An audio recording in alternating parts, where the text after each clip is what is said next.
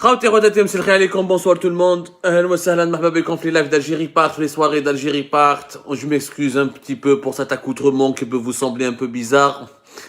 شوفوا احنا رانا spontané.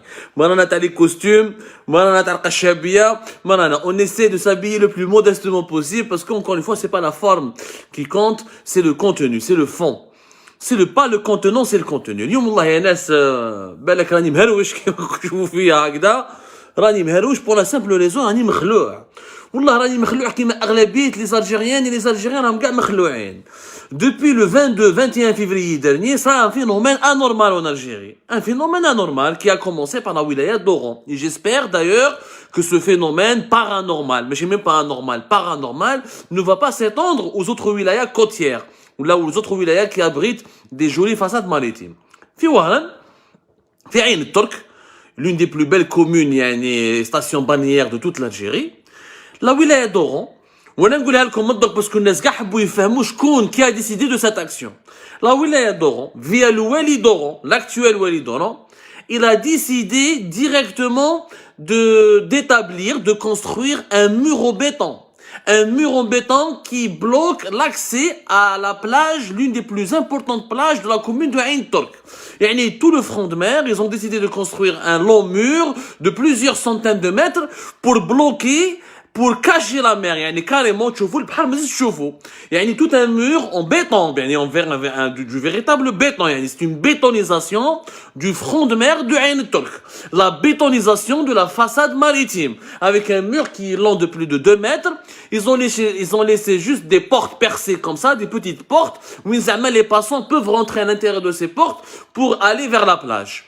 Une construction hideuse. Et depuis 3-4 jours, il y a une énorme polémique. Dans toute la polémique, elle a commencé à Oran. Ensuite, elle s'est propagée un peu partout à travers tout le territoire national. La polémique, elle a enflé de jour en jour parce que les travaux ont commencé visiblement, d'après nos informations, le 21 et le 22 février dernier. يعني فوق l'anniversaire du Hirak. Ils ont lancé ces travaux-là. من بعد كان الناس ما فهموش قال لك واش راه صاري هادو جو des ouvriers des engins راهم يبنوا في الحيط على البحر يخبوا في البحر. Ça s'est jamais vu à travers le monde entier. Les ouvriers اللي كانوا يخدموا راحوا لهم الشعب وراحوا لهم شافهم الغاج واش راكم ديروا يا ناس هبلتوا ولا راكم تغلقوا في البحر. C'est une plage, c'est une façade maritime, c'est une promenade maritime. Et l'Algérie, Ain Turk, comme de nombreuses stations balnéaires, nous avons la chance inouïe, si ce n'est peut-être le privilège d'avoir des belles villes balnéaires qui nous offrent une superbe vue sur la mer. Certaines de nos stations balnéaires supplombent carrément la Méditerranée. Nous avons la Grande Bleue qui m'encolou, des plages magnifiques, du sable fin. Il faut un mur au béton avec des portes, il y a des murs en moche, on dirait des bunkers, on dirait le mur d'un bunker. Alors je t'offre les photos, on a les photos sur Algérie Part, c'est des murs, 2 mètres à peu pratiquement, avec des portes percées. الناس تقدر تدخل يعني ما تحبش البحر، تحب تشوف البحر لازم تدخل داخل la porte هذيك باش تهبط la plage. Aucun sens. Du point de vue architectural, du point de vue urbanistique, du point de vue environnemental, ما عندها aucune logique. الناس بداو يسقسوا في لي زوفريي قالوا واش راكم ديروا بلي بولدوزير قال لك حنا خاطينا الدوله قالت لنا ديروا شكون الدوله لا ميري الدايره لا ولايه ما لبناش ومن بعد واش صرا قالوا لهم نو سي بور اريتي لي حراقه. Nous avons essayé de faire une enquête, nous avons voulu confirmer l'information. Est-ce que c'est vraiment la mairie ou la daïra? C'est la wilaya d'Oran. C'est l'actuel wali d'Oran يا جماعه. ما يكذب عليكم حتى واحد. À celles et ceux qui se posent des questions depuis plusieurs jours, qui a ordonné la construction de ce mur hideux, de ce mur moche, de ce mur catastrophique, c'est le wali d'Oran, Saïd Seyoud. Saïd Seyoud, c'est lui qui a demandé aux autorités de la ville de Ain Turk, qui est une petite ville à côté de la grande ville d'Oran, de boucher carrément l'accès à la mer pour empêcher les حراقه اللي يجوا في الليل يجيبوا معاهم دي زودياك ولا يدخلوا معاهم لي بتيت باك تاعهم باش ما يدخلوش لا بلاج وما يحرقوش. سبحان الله العظيم. Le wali d'Oran Saïd Seyoud est entré dans les annales de l'histoire. Cash. Depuis la Deuxième Guerre mondiale, on ne construit plus des murs sur les plages. Ça se faisait dans la Deuxième Guerre mondiale. Ben, la guerre de Corée, la guerre de Vietnam, mais des murs en béton, pratiquement de béton armé, avec au-dessus de cette envergure pour carrément détruire le front de mer d'une ville côtière, ça remonte à la Deuxième Guerre mondiale. Avec cette méthode, on va arrêter les harraga. يعني les harraga qui يشوفوا الحيط ما يروحوش يحرقوا. الحيط هذاك خوفهم. يعني les harraga algériens qui n'ont pas eu peur de la tempête en haute Méditerranée, en haute mer, qui n'ont pas eu peur de mourir noyés, qui n'ont pas peur des gardes-côtes, qui n'ont pas peur de se faire arrêter par la Guardia Civile espagnole, qui n'ont pas peur de mourir carrément chavirés, de se perdre, d'affronter une tempête, des vagues de plusieurs mètres, ما خافوش يعني les aléas climatiques, ما خافوش يعني de se faire écraser ou écrabouiller par les gros navires qui passent peut-être la nuit, qui vont pas voir ou apercevoir leur embarcation de fortune. ما خافوش de se perdre en haute mer en perdant le signal de leur boussole ou la malabélichon avec des pannes mécaniques. هذه كاع ما خافوهاش. بصح كي يشوفوا الحيط en béton, quand ils vont voir le mur en béton, يخافوا وما يروحوش. هكذا وما يروحوش. Catastrophe يا جماعة. والله يا جماعة c'est une catastrophe. هنا c'est une crime contre l'environnement. On tourne le dos à la mer. Vous vous rendez compte où on construit des murs pour obliger le peuple algérien à tourner le dos à la mer. Nous avons la chance d'avoir plus de 1200 kilomètres de côte, d'avoir l'une des belles plages, parmi les plus belles plages de la Méditerranée, d'avoir un littoral aussi riche, aussi diversifié. Et nous, au lieu de construire des complexes touristiques, au lieu de construire des parcs d'attractions, au lieu d'investir dans des zones d'écotourisme, au lieu de mettre en valeur nos sites naturels, on construit des murs en béton pour empêcher nos jeunes d'aller vers la mer. Et pour les empêcher, soi-disant, de rallier les côtes espagnoles, les sud de l'Espagne. Parce qu'effectivement, Ain Tol, comme la wilaya d'Oran, comme la wilaya de Mostaganem, comme la wilaya de Ain Timouchen, comme Ghazawat, la wilaya de Tlemcen, font partie des régions côtières les plus utilisées par les réseaux de Harraga pour emmener des dizaines de personnes chaque soir ou chaque jour, afin de faire la traversée clandestinement, pour se réfugier ou s'exiler, l'Eldorado européen. Mais comment on peut réfléchir de la sorte? Ça dépasse même l'irrationalité de la guerre actuelle entre la Russie et l'Ukraine. Mais ça, excepté quelques médias algériens, c'est des correspondants locaux de quelques médias algériens. Mais je fais des écrivains, mais je fais des intellectuels, mais je fais des juges, mais je fais des poètes, mais je fais des ministres, mais je fais le gouvernement, il a commenté cette décision. C'est du n'importe quoi, au-delà de l'absurdité maladive, il y a aussi le côté criminel d'attenter au littoral du pays. Parce qu'il y a des harragas, on va fermer. Donc c'est quoi la logique? On va construire un mur, في تيموشنت, في مستغانم, في الغزاوات, في عنابة, il y a des harragas, في Alger, في دلس, في بجاية, les harragas راهم يقلعوا dans plusieurs wilayas.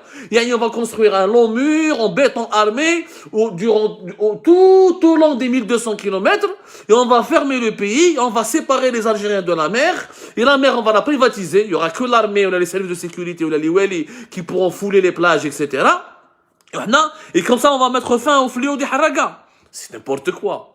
Moi, j'irai plus loin que ce mur de la honte qui m'a sur les réseaux sociaux, à juste titre. Parce qu'il n'y a que les réseaux sociaux qui réagissent dans notre pays. La râle. Mettre la conscience. Mettre le mujtama al-jazairi. Mettre sulta. Mettre doula. Les réseaux sociaux. L'Algérie ne vit que sur Facebook. Ou là sur YouTube. C'est tout ce qui nous reste. Excepté des Facebookers et des YouTubeurs qui réagissent aux gros problèmes de l'actualité, plus personne ne réagit à la détresse, au dysfonctionnement, aux problèmes qui minent le fonctionnement de notre pays. Plus personne ne réagit. Quand on a fait Facebook, on a réagi. Nous avons été parmi les rares médias algériens qui ont parlé de ce mur, le mur de la honte. Mais personne n'a lancé un débat sur l'attitude extrêmement grave, extrêmement humiliante, extrêmement criminelle, je dirais. Le littoral, il y a monsieur le Wali Dolan, il fallait te battre pour amener des investisseurs. Parce que les plages, les Algériens pouvaient travailler dans le tourisme dans leur pays. Ils pouvaient travailler dans la pêche dans leur pays. S'ils pouvaient trouver du travail, du logement, s'ils pouvaient s'épanouir dans leur propre pays, ils iraient pas en emmenant leurs sœurs, leurs mères, leurs enfants pour affronter les vagues de la Méditerranée au risque de se noyer et de perdre définitivement leur vie dans l'espoir juste de vivre en Espagne ou là en Europe.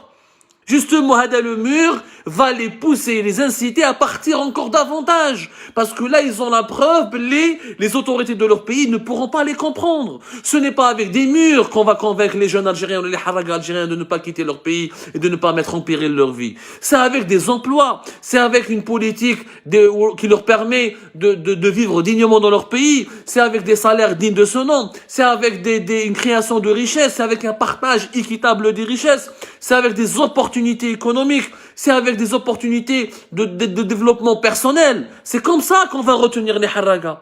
Mais هذه ما فهمتش انا الوالي دورون هذا هبل والغوفرنمون وراه واين بن عبد الرحمن وراه وانا واش راني خايف sur certaines sources قال لك apparemment cette initiative va être reprise dans les autres wilayas côtières. C'est-à-dire on va se retrouver avec des murs en béton armé ou en béton tout court de plus de 2 mètres avec des ouvertures hideuses dans pratiquement plusieurs communes côtières. On va amocher la nature. Non seulement on a bousillé notre désert, on a bousillé notre environnement avec notre incivisme, avec le manque d'hygiène incroyable dans les espaces publics. Maintenant, on va s'attaquer à la mer. On va, au lieu de protéger, de mettre en valeur notre mer, au lieu d'utiliser le patrimoine naturel que Dieu nous a offert grâce à la beauté de la nature de notre pays, on va bétonner les plages, on va faire des murs et des casernes pour séparer le peuple de la mer. Ça, tu as dit.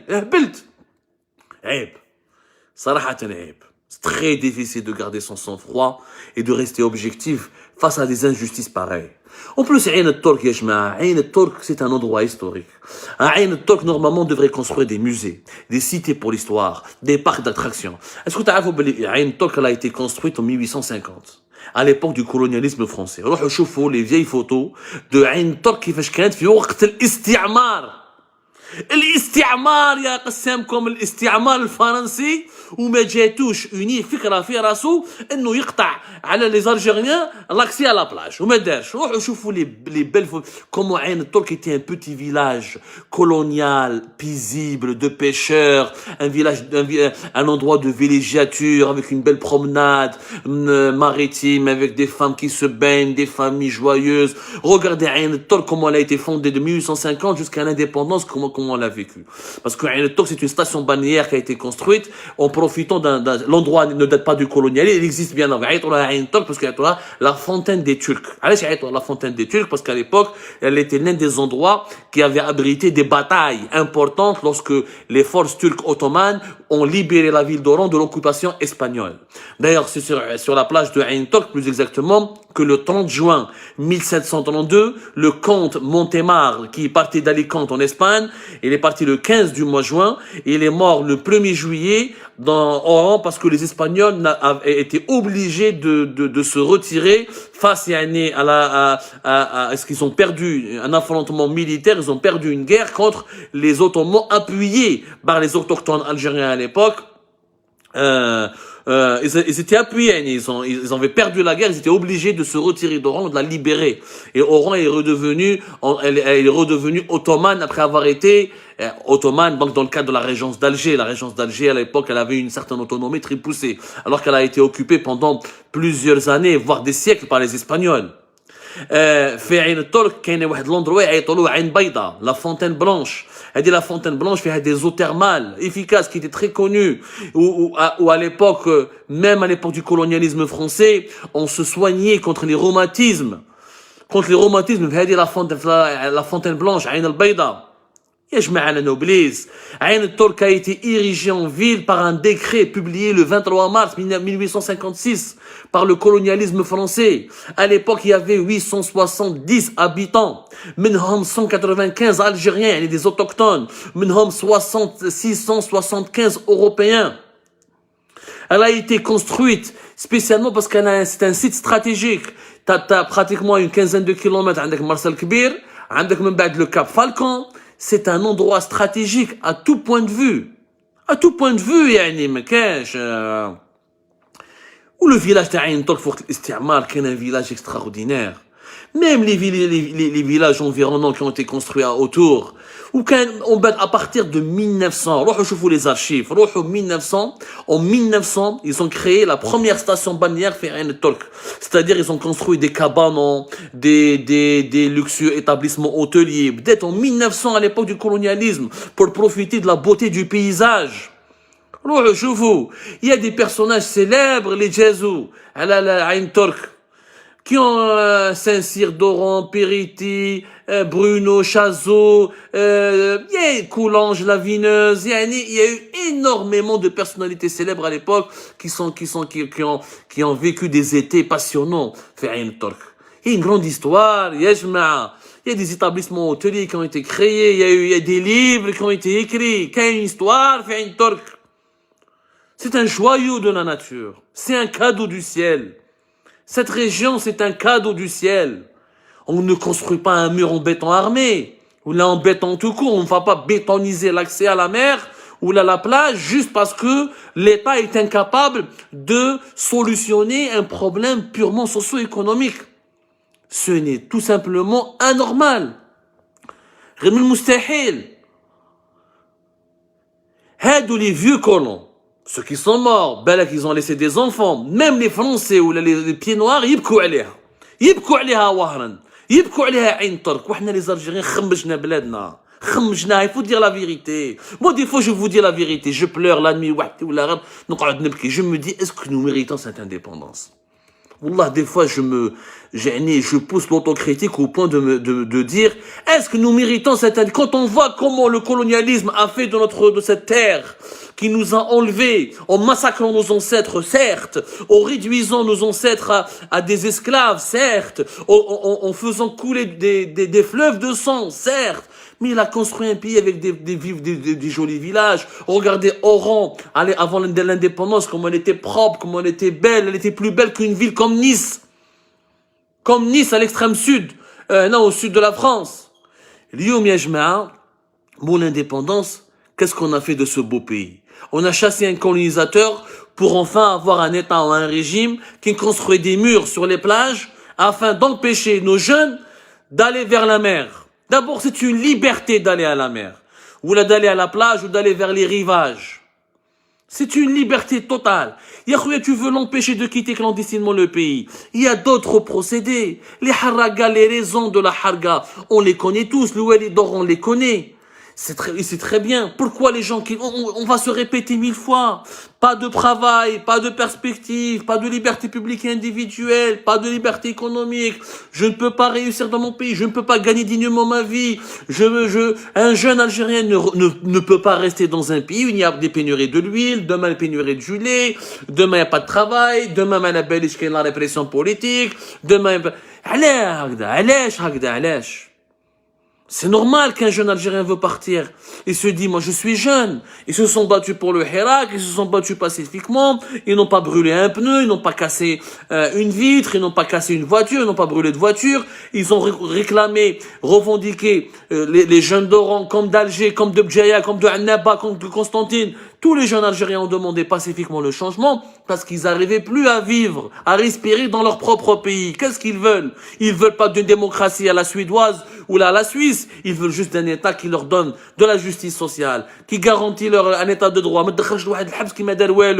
la liberté d'expression, mais surtout aussi le droit au travail, le droit de gagner bien sa vie, le droit d'avoir sa voiture, le droit d'avoir son logement. Que les Algériens veulent aspirer à une vie normale, une vie banale qu'on retrouve dans la majorité des pays du monde, non pas les pays les plus développés. Même dans les pays les plus sous-développés, ils ont des croissances, ils ont des dynamiques de croissance économique, il y a des projets de société. Je fous le Ghana, le Sénégal, le Rwanda et les populations locales arrivent à s'épanouir.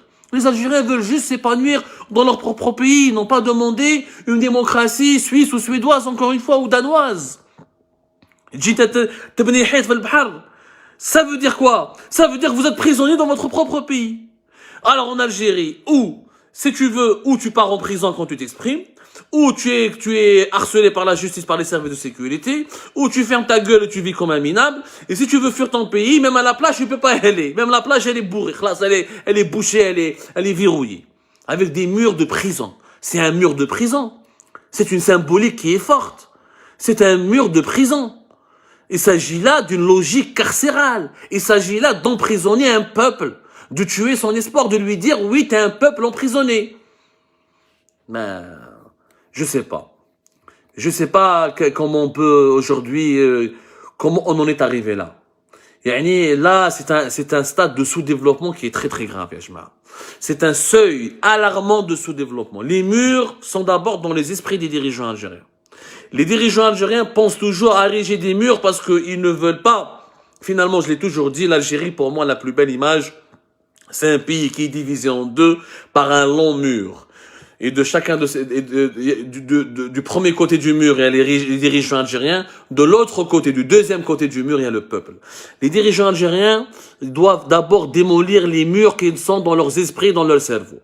Enfin, quand ils vont réussir à démolir les murs qui sont dans leur cerveau, ils pourront enfin penser à comment se réconcilier avec leur peuple, à comprendre leur peuple pour développer leur pays. Si tu ne comprends pas ton peuple, si tu n'arrives pas à gagner l'adhésion de ton peuple, si tu n'arrives pas à avoir le soutien de ton peuple, si tu n'arrives pas à avoir l'appui total de ton peuple, tu ne peux pas développer ton pays ni chercher des solutions. Des dirigeants qui pensent qu'à construire des prisons et des murs, qui pensent qu'à emprisonner, à enfermer, à interdire, à empêcher, à bloquer. Ce sont des dirigeants qui ne pourront jamais créer des richesses, jamais protéger quoi que ce soit. Parce qu'ils sont dans une logique eux-mêmes de se protéger contre leur propre peuple, dans une logique de défoncer, de se renfermer sur eux-mêmes. Le développement. Le développement, c'est l'ouverture d'esprit. C'est l'ouverture vers l'autre. C'est la tolérance. C'est la recherche de tout ce qui est pragmatique. C'est la recherche de l'innovation. C'est tendre la main à l'autre. C'est d'accepter de faire un compromis avec l'autre pour acquérir un savoir, un savoir-faire, pour essayer ensuite de le développer dans ton propre pays pour aller de l'avant. C'est ça, le développement. Mais construire des murs et des murailles, où la grande muraille de Chine n'a pas empêché l'effondrement de l'Empire chinois et sa colonisation par les Britanniques et les Français au cours du 18e ou 19e siècle. Ça n'a pas empêché, ça n'a pas protégé la Chine. Ce ne sont pas les murailles ni les armées qui protègent les peuples et les nations.